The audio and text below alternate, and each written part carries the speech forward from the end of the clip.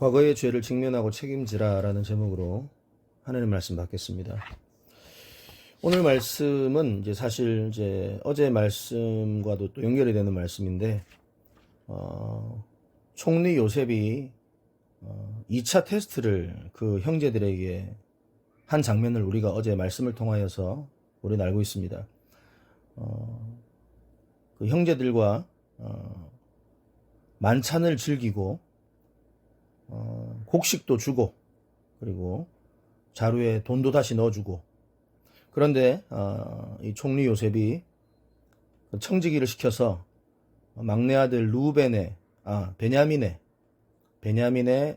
자루 안에 자신의 은잔을 몰래 넣게 만들죠. 그리고 떠나보냈다가 다시 청지기가 그들에게 가서 그 은잔을 발견케 하고 다시 요셉 앞으로 그들을 데려오게 됩니다. 그리고 나서 오늘 본문에 보면 이제 유다가 나서서 이제 이 총리 요셉 앞에서 뭐 이런저런 많은 말들을 하면서 지금 이 상황을 좀 바꿔보려고 애를 쓰는 모습이 오늘 본문에 등장을 하고 있습니다. 14절, 15절에 보면 이제 요셉 앞에 이제 그들이 이제 잡혀 있는 상황이고, 요셉이 막 불호령에 떨어진 거죠.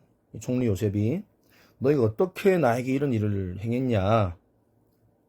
근데 16절에 보니까 유다가 이렇게 말합니다. 우리가 내주께 무슨 말을 하오리까? 무슨 설명을 하오리까? 우리가 어떻게 우리의 정직함을 나타내리까?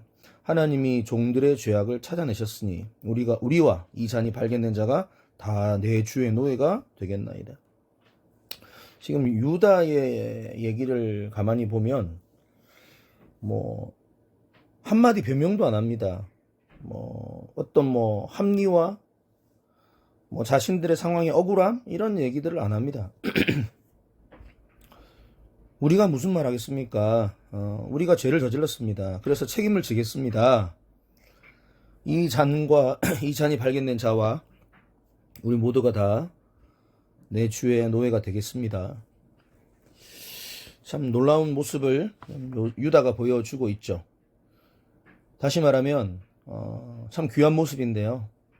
잘못에 대해서 책임지려고 하는 모습입니다. 이것은 우리 하나님의 자녀들, 성도들이 가져야 될 마땅한 자세입니다. 원래 인간이 대표적인 특징 하나가 책임지려 하지 않는 태도죠. 변명하는 태도죠. 그리고 합리화하는 태도죠. 어쩔 수 없었다 라는 거죠. 아담도 마찬가지입니다. 분명히 하나님께서 선악과를 따먹지 말라고 했는데 선악과를 따먹음으로 말미암아 하나님께서 그에게 책임을 물으실 때에 아담이 자신의 잘못을 바로 고백하고 용서를 구하지 않았습니다. 그리고 뭐라고 말했죠?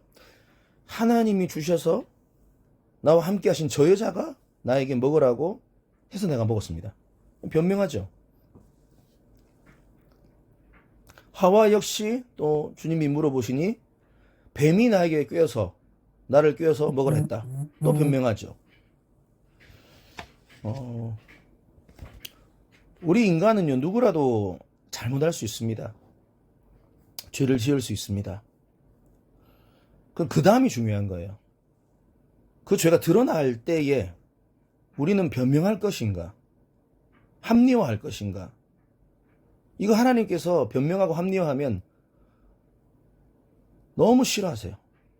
하나님께서 기뻐하시는 태도는 뭐냐? 그 죄를 솔직하게 고백하고 잘못을 고백하고 그 죄에 대해서 내가 책임지겠습니다. 용서해 주십시오. 라고 말하는 그 모습을 우리 하나님께서 가장 기뻐하십니다.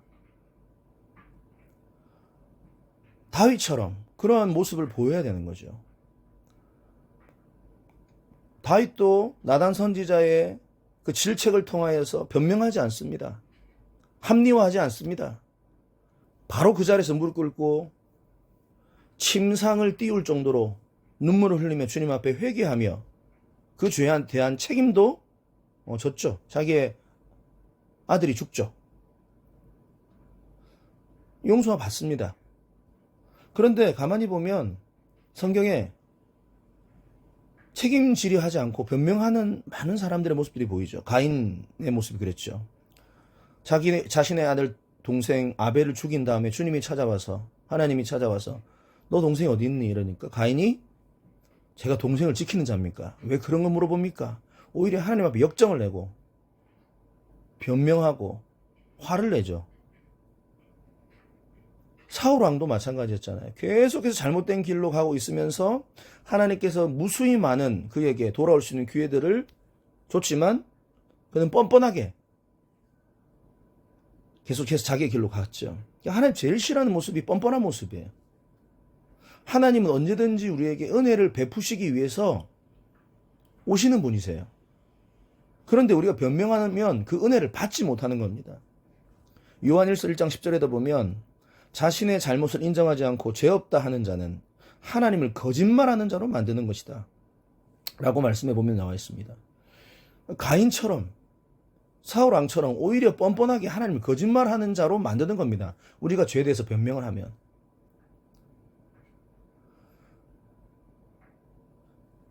요한일서 1장 9절에 보면 자신의 죄를 깨닫고 그 죄를 회개하는 자들은 하나님께 용서를 받고 그 모든 불의에서 깨끗하게 될 것이다 라고 성경은 말하고 있습니다.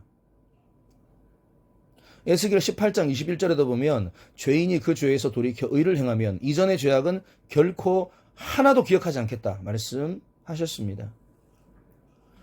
우리 모두가 넘어질 수 있어요. 죄를 저지릅니다. 그리고 그 죄가 발각이 되면 그때 우리는 어떻게 해야 될 것인가? 변명하지 마십시오. 합리화하지 마십시오. 뻔뻔하게 우리가 나가면 안 됩니다.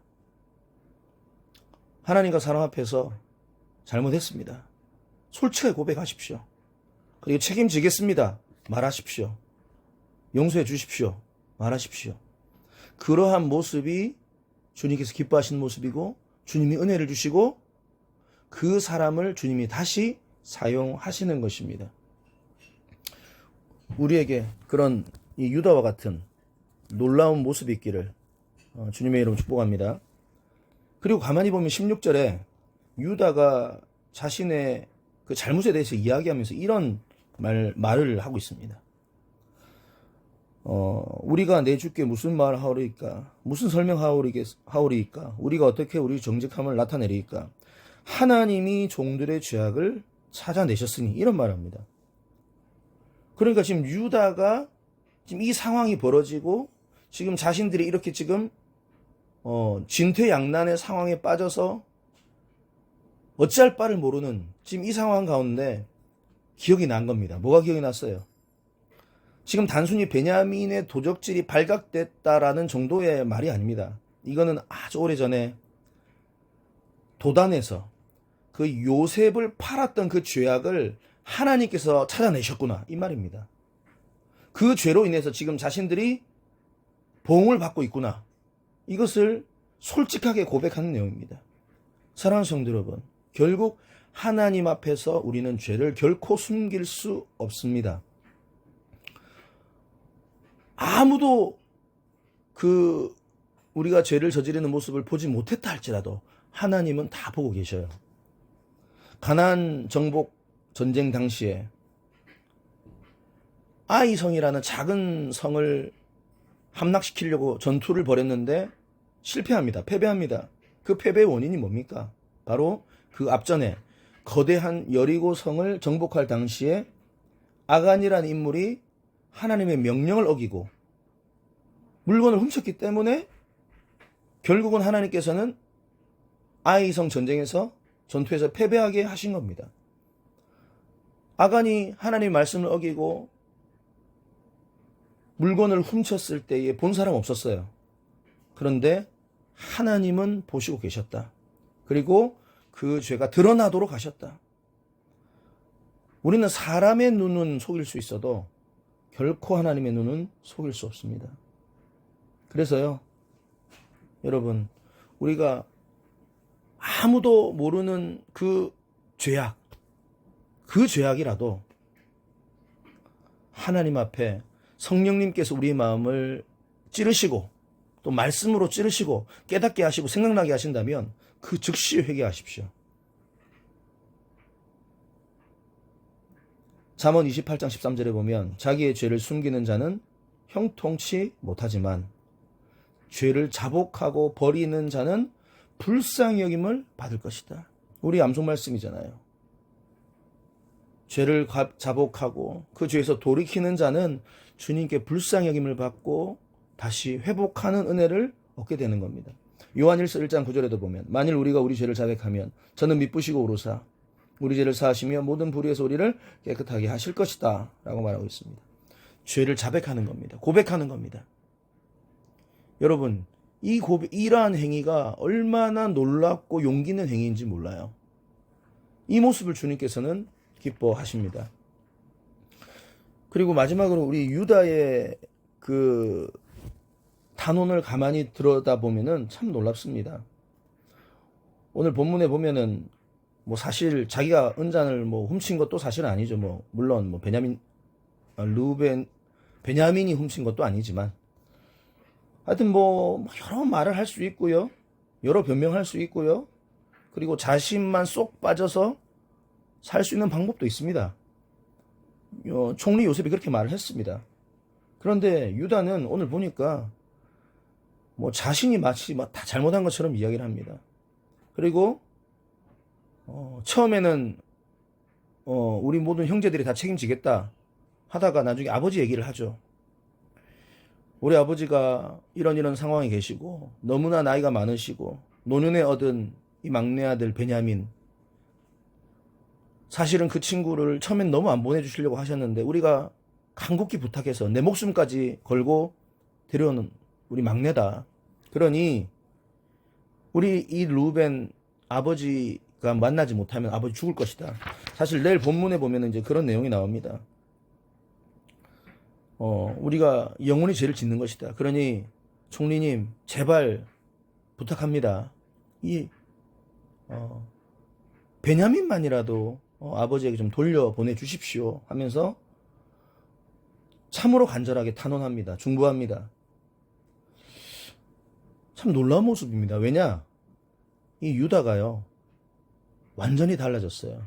사실은 20년 전에 미디안 상인에게 이 요셉을 돈 받고 팔 때에 그것을 제안했던 사람이 바로 유다입니다. 그가 장본인입니다.